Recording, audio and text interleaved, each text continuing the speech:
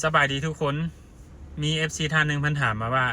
ถ้าเราซื้อรถต้นห้างทางบริษัทต้องเก็บเอกสารอย่างให้เขาในกรณีที่เราซื้อรถต้นห้างเนาะเขาซื้อสดแมนทางบริษัทจะโอนเป็นชื่อให้เขาเลย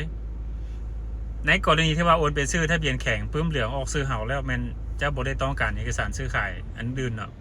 มีแต่ต้องการใบรับเงินจากบริษัทนั้นเท่านั้นสัญญาซื้อขายจากบริษัทส่วนว่าในกรณีที่เราใจพรนี้ใจพรแมนทางบริษัทจะเก็บทะเบียนแข็งไว้จะก๊อปปี้ทะเบียนแข็งให้เขากับเอาปื้มเหลืองปื้มติ๊กให้เขากับสัญญาเศร้าสินเชื่อน้ำเพื่อนนั้นในกรณีที่เขาเป็นคนตั้งแขวงเนาะแล้วเขาต้องการยกย้ายเอกสารตัวนี้ไปขึ้นป้ายอยู่ตั้งแขวงแมนทางบริษัทจะเป็นผู้แลนให้เขาเ